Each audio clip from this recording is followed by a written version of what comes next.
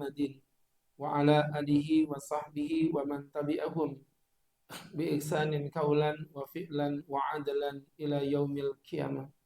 Yaqulullahu ta'ala fi kitabihil karim wa huwa asdaqul qailin bi qaulihi a'udzu billahi minasy syaithanir rajim. Ya ayyuhalladzina amanu ittaqullaha haqqa tuqatih wa la tamutunna illa wa antum muslimun. Wa yaqulu ayyudha ya ayyuhalladzina amanu ittaqullaha wa qulu qawlan sadida yuslih lakum a'malakum wa yaghfir lakum dzunubakum wa may yuti'illaha wa rasulahu faqad faza fawzan 'azima.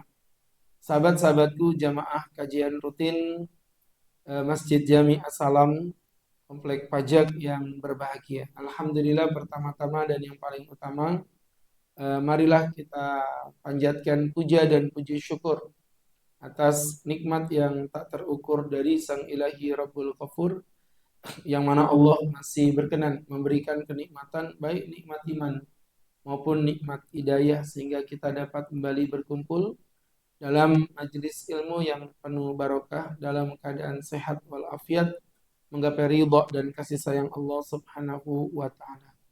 Sahabat-sahabatku yang berbahagia, alhamdulillah hari ini kita masih bisa berjumpa dalam pertemuan yang ketiga, walaupun jumlahnya unyuk-unyuk ya, tapi tidak semangat kita kurang karena ini. Karena sebenarnya kalau bagi orang tidak beriman ini sedikit, tapi kalau bagi saya sebagai orang yang beriman ini bukan sedikit ya, ini kurang banyak ya. Jadi teman-teman, mungkin karena pengaruh hujan ya.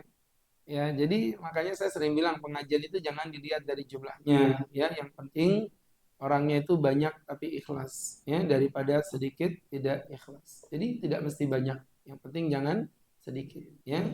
Kemarin saya pulang dari Jakarta, di naik pesawat dibayarin sama yang ngundang, dimasukkan di kelas VIP. Saya tuh nonton Pak, ini 4 kali ke belakang, 4 kali 4 berapa, 16 orang aja. Pas saya noleh ke kelas ekonomi tempat Bapak biasa berada ya, jadi teman-teman ya Allah ya, jadi saya noleh ke belakang gitu, ternyata jumlahnya ratusan seat. Wah, saya jadi mikir gitu kan, oh ini penyemangat saya. Jadi kalau kajian orangnya sedikit, itu tidak mesti itu orang yang sedikit, tapi bisa jadi itu karena kelas bisnis VIP ya. Jadi sebenarnya banyak nih yang ngantri di luar tadi, tapi kita tolak-tolak, nggak boleh masuk ya, karena hanya orang dengan kualitas iman tinggi saja yang bisa hadir di tempat ini. Aminin gitu loh Pak, sombong amat ya. Baik teman-teman yang berbahagia, yang dirahmati Allah. Nah ini yang kita udah pelajari. Alhamdulillah, insya Allah hari ini kita membahas salah satu tema yang sebenarnya bagian dari fikul haya, fikih kehidupannya, yang sering terjadi, tapi kita tuh kayak ngeremehin gitu loh Pak. Ya, ya, dan ini mungkin tidak banyak juga orang tahu. Ya, dan jujur ini terinspirasi dari kejadian yang saya alami sendiri, malah dari tadi pagi ya, sebenarnya nggak jauh-jauh. Yaitu berkaitan dengan masalah tabani. Ya, jadi berkaitan dengan masalah tabani. Gimana Pak? Bapak sangat pasti akan wow ya tema ini, tabani, begitu. Ya, wow, kelihatan dia pasti nggak paham apa itu tabani. Wow-nya itu kayak ngejek gitu ya, wow. Jadi tabani atau yang disebut dengan adopsi, Pak, ya. Ini ternyata menjadi salah satu jenis dosa yang diancam Nabi. Arbaun, kata Nabi, ada 4 perkara. Kenapa ya Rasulullah? Min amril jahiliyah, dia berasal dari perkara jahiliyah. La yatrukuhunna ummati, dari zaman jahiliyah udah diberantas sama Nabi, tapi umatku itu masih continue melakukannya sampai hari kiamat. Di situ Nabi menyebutkan yang pertama niyaha, meratapi kematian. Dan memang betul kan? Sampai hari ini masih banyak ibu-ibu yang suka meratapi kematian. Bapak, kalau kamu mati siapa yang ngasih aku makan Bapak? Begitu kan? Nah itu namanya niyaha atau meratap. Ya, termasuk yang Bapak lihat, mohon maaf ya, di kalangan orang Syiah. Di perayaan Asyura mereka meratapi kematian Sayyidina Husain.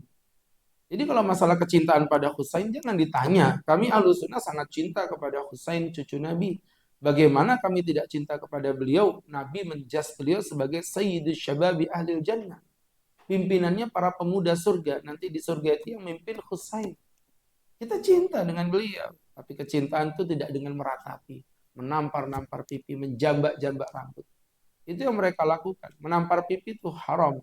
Ya, itu pipinya sendiri, apalagi pipi orang lain Bapak tampar-tampar lebih haram lagi. Ya, itu poin yang pertama. Yang kedua, at-ta'an fil ansab. Suka apa namanya? Me, melecehkan nasab. Jadi, oh dasar kamu keturunannya ini, oh dasar kamu keturunannya itu. Itu tidak diperbolehkan. Begitu pula berikutnya adalah istisqa bin nujum, ya, suka meminta bantuan dengan ilmu perbintangan.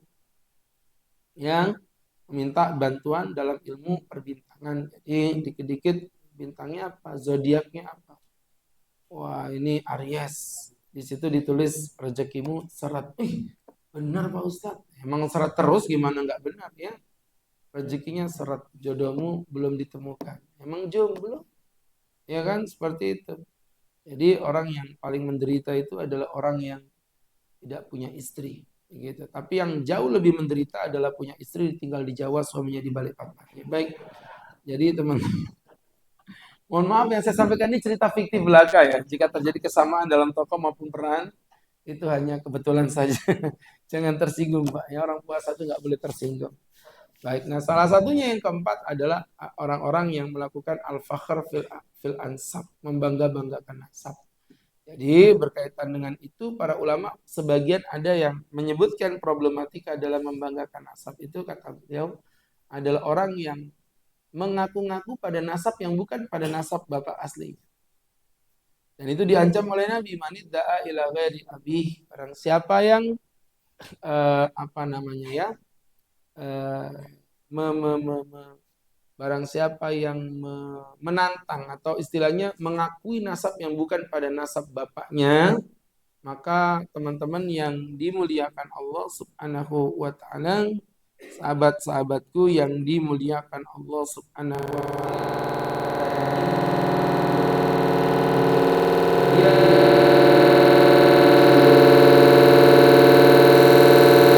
Nah, ini tentu menjadi ancaman ya, teman-teman yang dimuliakan Allah Subhanahu wa taala, menjadi ancaman. Ala kulli hal teman-teman yang dimuliakan Allah mengaku nasab. Dulu kan pernah Pak zaman Pak SBY yang rame-rame itu Pak. Masih ingat gak waktu itu? Subhanallah ya teman-teman yang dimuliakan Allah Subhanahu wa taala, di zaman Pak SBY ada orang ngaku-ngaku keturunannya Pak SBY. Tapi setelah apa namanya? Setelah ditantang balik oleh Pak SBY pembuktian DNA, dia nggak berani. Nah, ini yang kayak begini-gini nih Pak, dilaknat oleh Allah Subhanahu wa taala. Nah, itu sebenarnya kalau Bapak lihat itu bentuk poligami yang bentuk adopsi yang terbalik. Jadi bentuk adopsi terbalik. Kalau adopsi itu kan yang Bapak pahami orang ngaku anak yang bukan anak. Kalau tadi ngaku bapak yang bukan bapaknya. Sama aja di mata Allah. Dua-duanya dilaknat dan dikutuk oleh Allah Subhanahu wa taala. Bahkan kalau kita merujuk ya sebelum apa namanya turunnya ayat tentang adopsi, sahabat-sahabatku itu dulu ada cerita. Nabi Muhammad itu ternyata memiliki anak adopsi namanya Zaid bin Harisah. Jadi ceritanya gini Pak, Zaid itu kan lagi jalan-jalan sama bapaknya. Ada yang tahu nama bapak Zaid bin Harisah siapa? Harisah Pak, Zaid bin Harisah itu kan Zaid anaknya Harisah ya. Jadi Zaid bin Harisah sama bapaknya Harisah. Nah bapaknya Harisah siapa? Kakaknya Zaid, gitu aja bingung ya. Jadi teman-teman yang dirahmati Allah, ketika lagi jalan-jalan Pak, terpisah Zaid sama bapaknya Harisah. Ketika itu Zaid diambil sama perampok. Setelah diambil sama perampok, kemudian dijual sebagai budak. Si Zaid nggak, maaf si Harisah mencari nggak ketemu nih. Udah pisah, udah begitu banyaknya orang lalu lalang datang, akhirnya dijual jadi budak. Nah, dilala qadarullah, Zaid ini dibeli sama istri Nabi yang pertama namanya Sayyidatuna Khadijah. Nah, Khadijah yang dibeli sama Khadijah ceritanya gitu. Setelah dibeli sama Khadijah, jadikan budak. Jadi budak itu diperjualbelikan kayak benda. Nah, budak perempuan boleh digauli tanpa menikah. Boleh digauli, Pak. Budak ya, budak, tawanan, bukan pembantu. Nanti pulang-pulang pembantunya hamil semua. Kenapa? Kata Pak Ustadz halal menggauli pembantu. Gundul mus itu ya. Beda pembantu sama budak. Saya harus luruskan, takutnya Bapak salah paham. Ya, orang kemarin tuh ada di surah Al-Mu'minun kan, walladzina hum ala furujihim hafidun. Orang beriman tuh orang yang menjaga kemaluannya. Illa ala azwajihim, kecuali pada istri, au ma malakat aimanukum, atau pada budak. Nah itu kan diterjemahkannya. Pantesan TKW pada bunting semua di Arab, ternyata Islam memperbolehkan menggauli TKW. Itu kan namanya nggak nyambung gitu ya. Karena pada hakikatnya yang diperbolehkan digauli itu budak. Karena budak itu benda. Yang namanya benda ya terserah saya mau saya apain, saya suruh kerja saya bisa, digaulin pun juga halal, begitu ceritanya awalnya itu. Nah ini begitu pula Zaid bin Harithah ini diperjualbelikan, padahal kan dia bukan budak sebenarnya, dia orang merdeka, tapi karena tadi ada kejahatan, ada kriminal, akhirnya Zaid dijual belikan, dibeli oleh Khadijah. Tentu Khadijah nggak tahu ya asal muasalnya. Akhirnya setelah dibeli Khadijah, Zaid ini dekat dengan Rasulullah. Ya, di rumah itu sering bermain dan Nabi kagum dengan kecerdasan Zaid ini karena emang Zaid bukan budak, dia anak orang merdeka, orang terhormat. Akhirnya Nabi jatuh cinta dengan Zaid ini sebagai anak, sudah dianggap kayak anaknya sendiri. Nah, ketika Khadijah melihat kedekatan itu, kata Khadijah, udah kalau gitu Nabi bawa aja si Zaid, aku hibahkan. Bapak tahu harga budak itu berapa, Pak? 100 ekor onta. Harga budak itu 100 ekor onta. Kalau satu ekor onta 35 juta, berarti 35 juta kali 100. Berapa? Orang pajak kok lama ngitungnya apa-apa ya. 3,5 M. 3,5 M, Pak. Ada nggak istri yang ngasih suami 3,5 M? Selain Khadijah. Istri saya kemarin tuh pas ulang tahun saya dibelikan jam tangan. Bukannya senang, saya marahin. Kenapa Abi kok marah? Lah kamu udah kerja kok, ini duit-duitku sendiri kok puter aja kok belikan lagi ke aku. Iya kan? Jadi teman-teman, dong situ nggak kerja pakai beliin hadiah lah, itu kan duitku juga, Mi, astagfirullahaladzim. Jadi teman-teman yang dirahmati Allah Subhanahu wa taala, itu jadi pembelajaran untuk kita bersama bahwa waktu itu akhirnya Khadijah memberikan Nabi hadiah budak Zaid bin Harithah. Nah, ketika Khadijah meninggal, Nabi jadi nabi, Nabi kan makin viral, Pak. Nabi udah kayak selebgram gitu, followersnya udah banyak banget, bahkan udah ada centang biru. Setiap yang diposting Nabi selalu viral. Ngerti nggak sih istilah-istilah kayak gini nih Pak ya? Ini istilah anak muda gitu ya. Jadi subscriber Nabi makin banyak. Setiap Nabi apapun yang Nabi lakukan jadi viral. Disitulah akhirnya berita ini nyampe ke akunnya si Harisah. Bapaknya Zaid. Pas lagi posting-posting di chatnya. Duh, Nabi Muhammad punya anak namanya Zaid. Kok mirip kayak anakku ini? Kata temannya udah di kolom komentar gitu kan. Udah kamu datang aja ke Muhammad. Dicolek gitu di hashtag @Muhammad gitu kan. Dia itu loh, apa orangnya baik, orangnya solih gitu ya, udah viral centang biru lagi, followersnya udah ratusan ribu bahkan ratusan juta. Ya udah akhirnya si Zaid datang bilang, Nabi Muhammad, aku yakin engkau orang baik, ketahuilah bahwa Zaid bin Muhammad, yang terkenal Zaid bin Muhammad itu sebenarnya adalah anakku, dia bukan budak, dia dijual bla bla bla bla bla, dijelaskan, ditunjukkan bukti-buktinya semua gitu kan, ditunjukkan apa dalil-dalilnya, apa link-link penguat itu semua di-share ke Nabi Muhammad. Dan disitulah akhirnya teman-teman yang berbahagia, Nabi Muhammad pun mengiyakan, oke memang ini anakmu. Tapi mohon maaf, Zaid kan udah besar ya. Kita tanyakan aja kepada Zaid, dia mau ikut siapa? Zaid, kamu tahu orang ini siapa? Tahu Nabi, dia ayahku.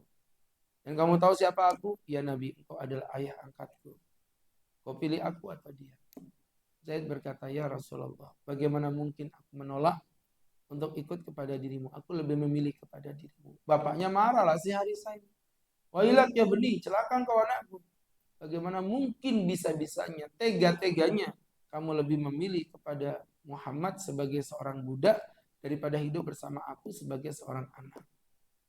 Akhirnya disitulah Nabi naik ke mimbar, Nabi berkhutbah, ya ayuhan nas, hai manusia, ketahuilah inna hada Zaid ibni. Zaid sejak saat ini anakku, bukan budakku lagi.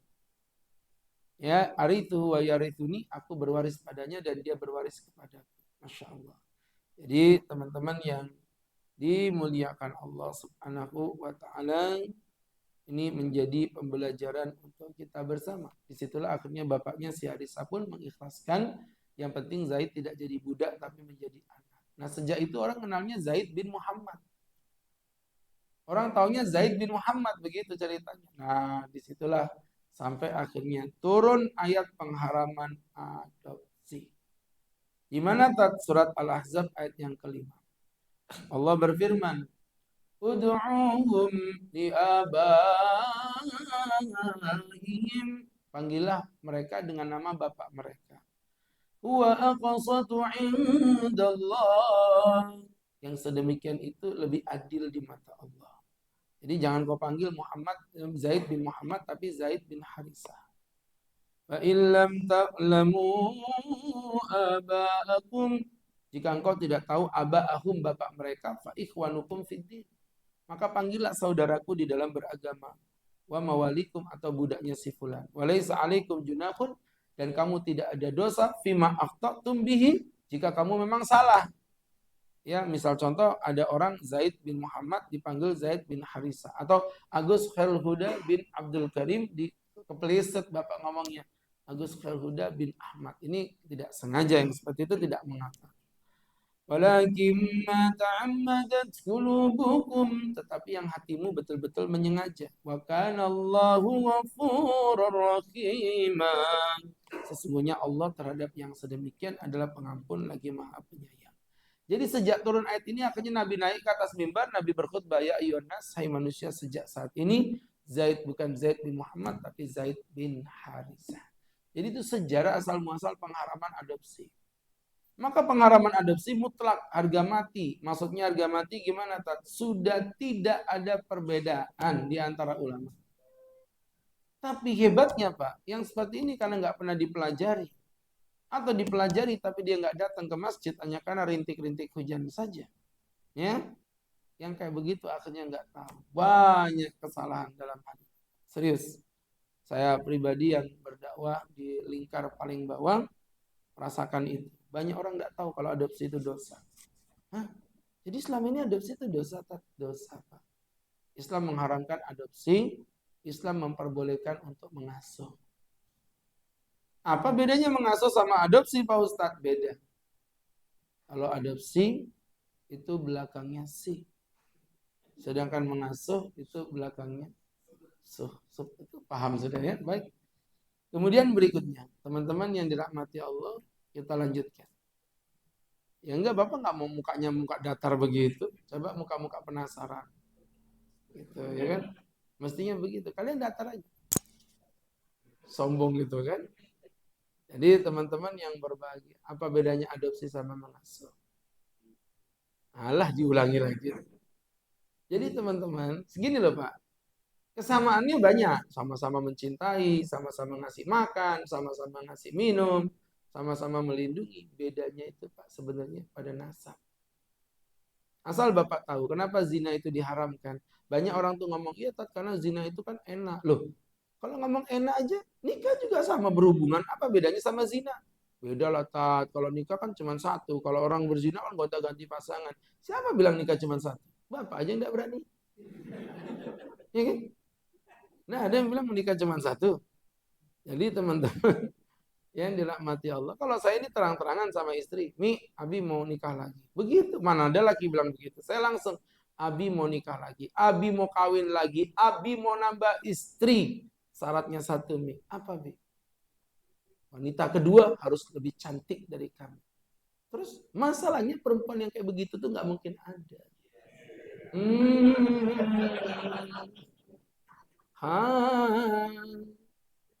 Nah, saya bilang, kamu sih badanmu tuh lo bau amis. Amis apa, orang baru ganti baju? Amis you, ya.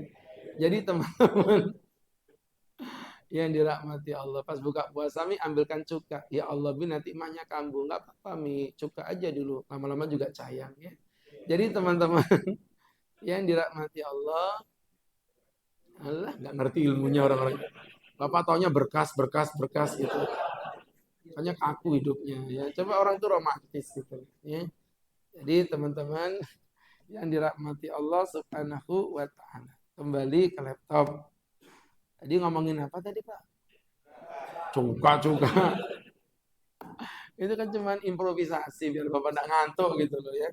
Tapi intinya adopsi itu dengan mengasuh Itu bedanya terletak pada nasab. Makanya kenapa zina dilarang bukan karena enak, tapi karena zina itu merusak tatanan nasab.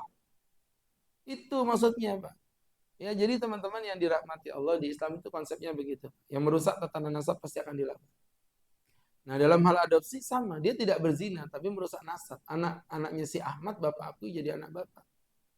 Itu di Islam hukumnya haram, tidak diperbolehkan. Ya. Nah, sekarang muncul pertanyaan, Pak Ustadz, mohon maaf ya, ini dari hati yang paling dalam. Kalau saya itu dilarang berzina gitu. Saya tuh tahu gitu, alasannya apa itu saya paham. Ya bisa menyebabkan penyakit kelamin lah. Saya nggak boleh berjudi, saya tuh ngerti gitu loh. Kalau saya kalah saya rugi, kalau saya menang saya dolimi orang. Saya nggak boleh mabuk-mabukan. Saya udah paham Pak Ustadz. Itu apa ya namanya ya? Merusak akal sendiri kan orang kayak orang bodoh. Tapi adopsi itu sisi jahatnya di mana? Bukannya adopsi itu bagus ya, nolongin anak-anak terlantar. Jadi anak kita sayangi seperti anak kandung sendiri. Kezalimannya ada dari sisi 4 nasab. Ya, dari sisi 4 nasab. Sebenarnya ada 5, tapi kepastian parcel belum datang, jadi 4 aja dulu ya. Jadi teman-teman, kalau perlu 3 aja nggak apa-apa, 3 aja ya. Diskon aja. Jadi teman-teman yang berbahagia ada 4. Apa Pak Ustadz 4 itu? Ada 4. Jadi 4 itu ada 4 ya. Kayak gini yang selama kurang air minum kayak gini ya. Mulai nggak sadar. Jadi ada 4. Yang pertama kezaliman dari sisi apa namanya? Dari sisi sosial. Yang kedua kebohongan dari sisi nasab. Yang ketiga kebohongan dari sisi waris. Dan yang keempat adalah kebohongan dari sisi perwalian. Yang pertama dari sisi sosial. Gini Pak, misalnya ini saya titip HP. Pak titip HP ya? Iya Pak Ustadz. Pak pegang HP saya. Terus ada orang lewat. Ih, HP-nya bagus banget ini. HP siapa Mas? Terus Bapak bilang gini, ini HP-ku. Dosa nggak itu? Ini pelaku semua, jangan-jangan. Orang pertanyaan sejelas itu loh. Bapak kan megang HP saya lagi ke bawah ke toilet, Bapak pegangin tuh HP. Terus ditanya, ih bagus banget tapi HP siapa? Bapak bilang, ini HP-ku. Itu dosa nggak? Dosa lah, berbohong gitu. Baik, dengerin Ustadz. Apa bedanya Bapak jalan bawa anak kecil? Ih, anaknya lucu banget ini ya Allah Pak. Anak siapa nih Pak? Anakku. Nah itu. Yang pertama Bapak melakukan kebohongan. Dan kebohongan ini dosanya struktural ya. Seperti mapping gitu, ada jaring-jaringnya ke bawah. Ini yang harus dan patut Bapak waspadai. Ya, hati-hati. Nanti kalau Bapak bohong sekali anakku, nanti orang lain akan nyambung lagi. Itu Bapak itu jalan sama siapa kok belum pernah lihat, itu anaknya Mas. Karena Bapak berdasarkan ucapan dia. Jadi dosanya makin terus ke bawah struktural. Dia semua yang tanggung dosanya. Karena yang lain kan tidak tahu kebenaran. Satu. Yang kedua kebohongan dari sisi nasab. Kemahroman. Bapak ngadopsi anak perempuan waktu kecil. Ya wajar lah. Bapak cebokin juga nggak apa-apa pegang kemaluannya. Anak bayi. Tapi kan ini anak makin lama makin gede Pak. Gede-gede udah sampai SMA kuliah datang cium tangan kemudian pelukan sama Bapak. Gimana ceritanya itu bukan mahram buat Bapak itu. Bapak berdua-duaan di kamar sama dia. Tapi Tat, saya udah tidak ada perasaan nafsu dengan dia. Pak, kalau udah haram tuh nggak pakai nafsu. Iya. Sekarang saya mau tanya Pak, mohon maaf ya. Bapak ngelihat nenek-nenek umur 100 tahun mandi di pinggir pantai, telanjang bulat. Nafsu nggak? Malah mikir itu astagfirullah. Ini nenek-nenek loh astagfirullah. Enggak, kalau saya ngomong seorang gadis masih mikir itu wajar lah. Nenek-nenek 100 tahun masih mikir nafsu enggak ya? Ya Allah. Apa yang kau nafsu kan udah keriput semua begitu. Nafsu enggak Pak? Enggak. Terus halal enggak ngeliat begitu? Tetap haram. Barang haram itu tetap haram walaupun Bapak enggak nafsu. Nah itu poin pertama Pak. Hati-hati. Tapi udah kuanggap kayak anakku sendiri Pak Ustadz. Pak, di Islam itu kemahraman itu. Nasab itu takdir. Kita nggak pernah milih Bapak kita siapa kok. Kita nggak pernah milih anak kita siapa. Itu takdir Pak. Takdir mubrom namanya. Takdir di mana kita nggak punya pilihan.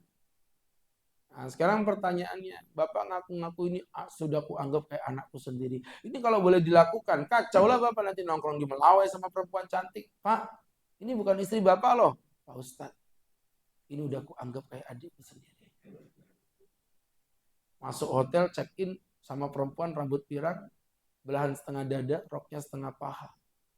Astagfirullahaladzim, Pak. Saya kenal istri Bapak. Ini bukan istri Bapak. Ngapain Bapak masuk hotel? Ustaz, ini udah kuanggap kayak nenekku sendiri. Nenek lampir itu namanya. Ya. Jadi teman-teman yang berbahagia, Masya Allah. Salah itu. Di Islam itu kalau nasab itu nggak bisa dianggap. Bapak masih ingat nggak waktu zaman SMA, mau PDKT sama perempuan. Tapi malu, akhirnya pura-puranya itu adik-adikan. Udah kuanggap kayak adikku sendiri. Itu kan modus-modus tahun 80-an. Ya. Jadi teman-teman yang berbahagia, itu maksudnya seperti itu, Pak. Kemudian berikutnya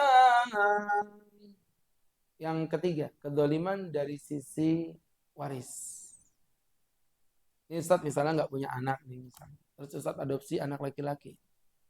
Ustadz urus suratnya itu di apa namanya catatan sipil dan keluar akhirnya jadi anak saya. Qadarullah ternyata setelah itu Ustadz punya anak. Istri saya hamil. Kata orang Jawa tuh dipancing dulu. Nah, dipancing istri saya hamil. Ketika hamil keluar anak perempuan. Kemudian misalnya Ustadz meninggal dunia. Mohon maaf, Bapak tahu nggak cara bagi warisnya secara Islam jadinya gimana?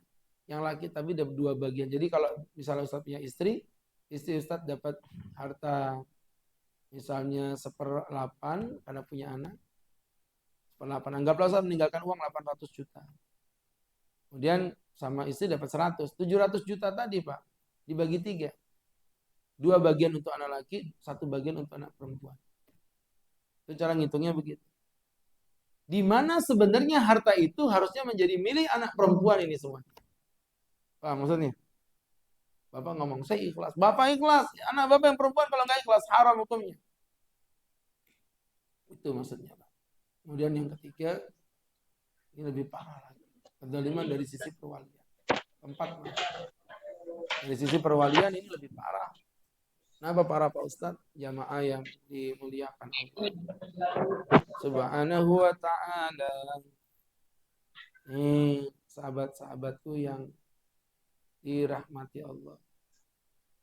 Mengerikan itu. Dahsyat itu. Ya, mengerikan itu Pak. Dahsyat itu. Saya bilang, kalau ngomong perwalian ini berkaitan dengan masalah sah tidak sahnya pernikahan. Dan itu berimplikasi pada zina atau tidak zina. Contoh, ketika seorang laki-laki punya anak adopsi, dia pilihannya itu cuma 2. Menjelang pernikahan anak putrinya ini. Pertama, ngaku kalau dia bukan bapak kandung. Dan yang kedua, dia tetap nekat nikahkan sebagai bapak kandung. Dan kebanyakan orang yang nggak punya iman, ngambil yang kedua, udah nggak usah ngaku lah. Jadi wali, pura-pura jadi wali, nggak masalah. Padahal Bapak tahu pernikahan yang dilakukan tanpa wali yang sah, pernikahannya batil. Saya pernah menjadi penghulu 7 tahun. Pak. Saya setiap menikahkan selalu tanya kepada bapaknya, walinya. Bapak adalah orang tua kandung. Betul Pak Ustaz? Yakin? Yakin Pak Ustaz? Yakin Pak Ustaz? Bukan orang tua tiri atau orang tua angkat Pak ya. Karena pernikahan orang tua angkat atau tiri pernikahannya batil, tidak sah, anak bapak berzina, tapi karena dia nggak tahu dia nggak dosa, dosa yang ditimpakan bapak di akhirat bapak akan diazab oleh Allah.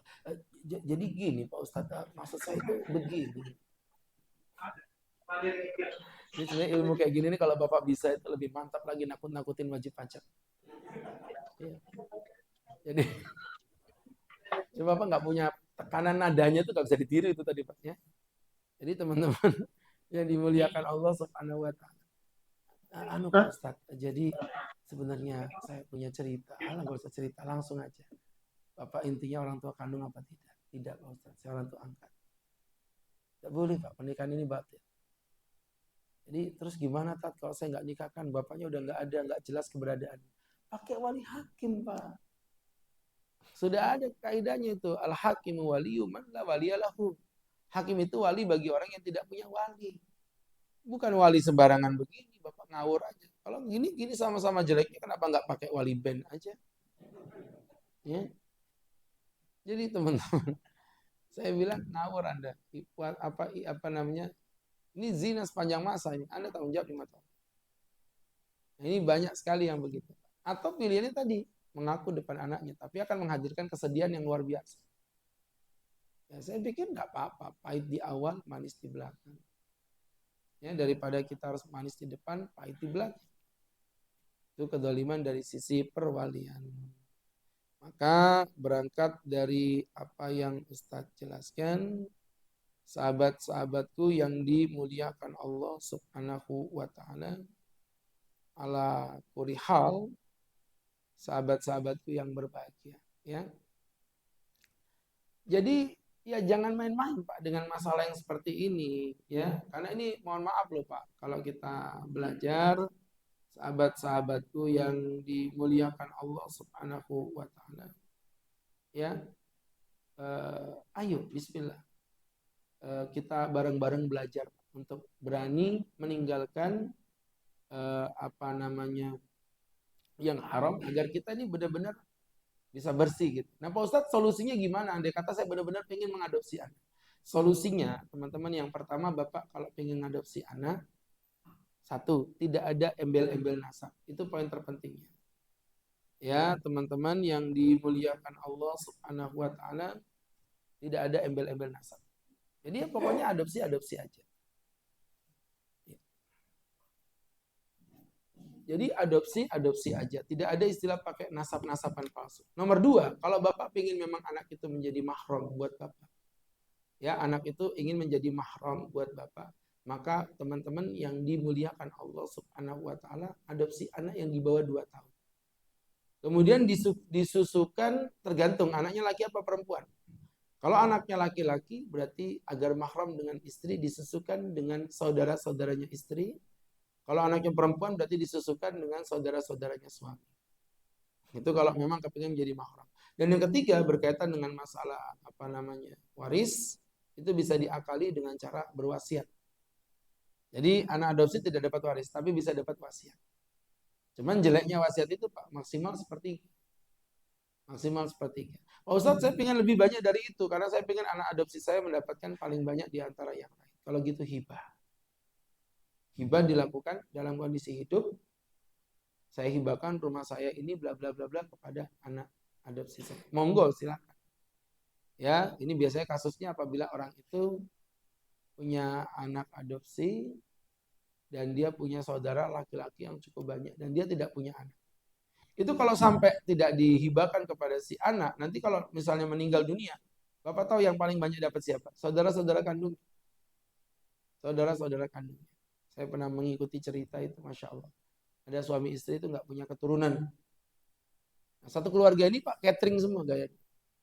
Nah, cuman bedanya yang kakak cateringnya sukses. Nomor dua cateringnya sukses. Nomor tiga cateringnya sukses. Yang keempat ini yang saya ceritain, teman saya ini cateringnya kecil. Cuman catering biasa, pasaran gitu. Nah, disitulah dia dibully sama keluarga. Kamu sih nikah sama perempuan itu udah nggak bawa hoki, nggak punya anak, mandul, bla bla bla. Sakit hati lah dia.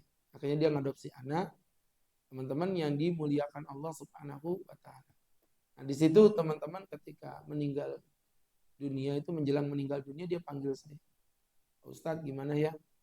Saya nggak mau harta saya jatuh kepada keluarga atau saudara kandung saya yang telah menghinakan saya. Karena waktu dia mau meninggal itu dia sempat sukses itu Pak.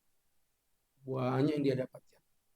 Ekonominya makin mapan. Nah di situ akhirnya saya bilang, udah kalau gitu kamu hibahkan aja kepada anak adopsimu, silahkan. Tapi ingat ya, jangan dinasabkan kepada kamu.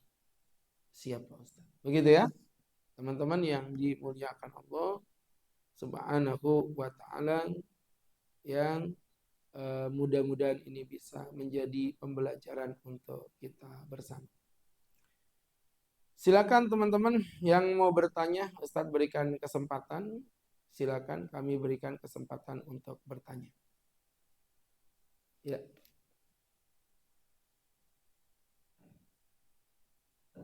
Yang izin bertanya Pak Ustadz, jadi ketika ada anak yang punya orang tua, bapak ibu, kemudian ibunya meninggal dunia, akhirnya kan bapaknya nikah lagi, kemudian anak ini punya ibu tiri, kemudian anaknya mengakui ke orang-orang kalau ibu tiri ini adalah ibunya sendiri, itu hukumnya gimana Pak Ustadz?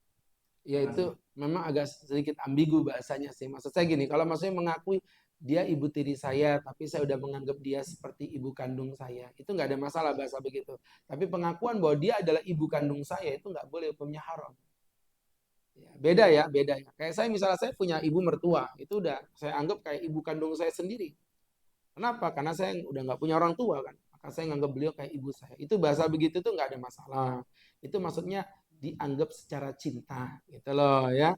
Tapi kalau siapa ini ibu kandung saya yang melahirkan saya, itu hukumnya haram, adopsi namanya. Tidak diperbolehkan. Termasuk kepada bapak tiri juga sama. Ada begitu ya. Perempuan nikah dengan laki, cerai. Lakinya ini nggak bertanggung jawab kepada anaknya. Jadi anaknya ini dari bayi ditanya, siapa bapak saya? Bapaknya itu yang bapak tirinya itu. Ini bapakmu. Itu juga itu hukumnya haram kalau kayak begitu. Tapi kalau dia tahu enggak ini bapak tiriku, cuman aku udah nganggap beliau kayak bapakku sendiri. Jadi tolong dibedakan dua hal ya. Itu dua hal yang berbeda. Baik, begitu. Sebentar dulu ngomong yang mana? Yang ini atau yang lain? Kalau ngomong yang ini beda kasus. Kenapa? Karena dia anak tiri itu memang mahram. Paham maksudnya? Kenapa saya tanya? Kalau kasusnya Mas yang ini, itu kan anak tiri itu mahram. Nggak usah ngomong pakai apa namanya adopsi atau nggak penting. Memang yang namanya anak tiri itu mahram. Saya menikah misalnya dengan Nikita Mirzani, gitu ya. Misal. Amin amin sembarang. Ketika Ustadz nikah dengan Nikita Mirzani, Ustadz dengan anaknya Nikita yang perempuan itu mahram. Dengan catatan Ustadz sudah menggauli Nikita Mirzani. Kalau belum menggauli, Ustadz belum mahram sama anaknya. Tapi mana mungkin tidak digauli seperti Nikita Mirzani kan mustahil. Jadi seperti itu. Gambarannya kayak begitu, ya. Nah, kalau beda kasus yang bukan ini, orang lain misal asal comot aja ngambil anak gitu aja, itu ya seperti yang saya bilang tadi, auratnya tetap aurat orang lain. Baik.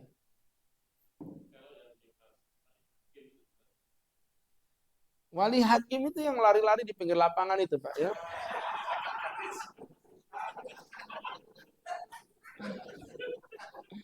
Baik, baik. Jadi gini, Pak, ya. Wali hakim, teman-teman yang dirahmati Allah Subhanahu wa taala, itu adalah wali ulil amri sebenarnya. Sebenarnya kalau Bapak tanya kasarannya, saya tembak gitu ya. Wali hakim itu siapa sih, Pak? Wali hakim itu ya Pak Jokowi. Jadi kita harusnya kalau mau nikah butuh wali hakim ke Pak Jokowi, harusnya begitu. Tapi kan Pak Jokowi nggak mungkin melakukan itu, maka diamanahkan kepada Kepala Kanwil Kementerian Agama. Kepala Kanwil Kementerian Agama nggak mungkin nikahkan orang sekalimantan Timur, diamanahkan kepada Kepala Kemenak Balikpapan. Kepala Kemenak Balikpapan puyeng juga nikahkan orang se-Indonesia, dititipkan kepada Kepala KUA. Nah, maka sekarang ini Pak ya, yang sekarang ini yang menjadi wali hakim siapa? Menurut Kementerian Agama ya Kepala KUA. Ini nggak sembarangan ya teman-teman yang dimuliakan Allah Subhanahu wa taala, ya nggak sembarangan. Kadang-kadang ada yang nyomot-nyomot aja. Ustadz yang bersih-bersih masjid wali hakim. Dari mana ceritanya? Sehingga semaunya sendiri menikah itu tidak karuan. Pakai wali-wali palsu begitu. Dan ini menjadi pelajaran ya untuk kita bersama. Itu tidak benar. Wali hakim itu adalah kepala Kementerian Agama yang mengamanah kepada kepala KUA yang ada di kantor terkecilnya Kementerian Agama. Begitu.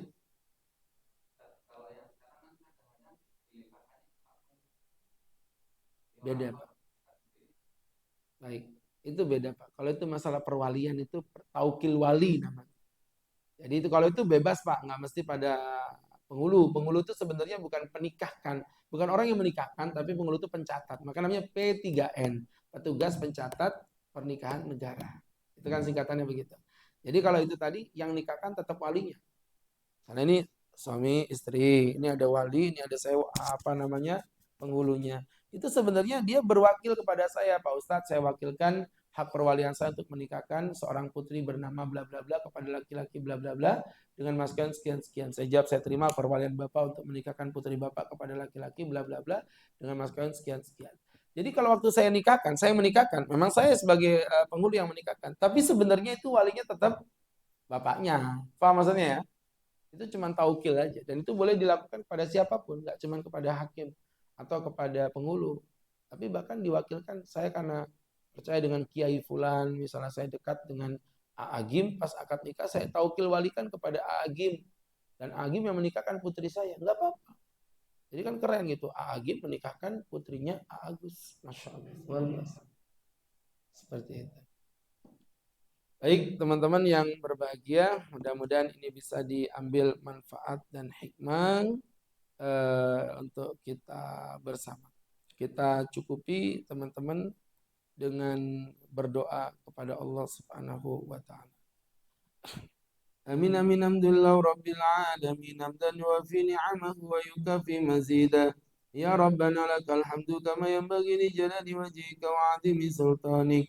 Allahumma salli wa sallim wa barik ala rasulika sayyidina Muhammadin fil awwalin wal akhirin wa fi kulli waqtin wa inna fil mala'il a'la ila yaumiddin.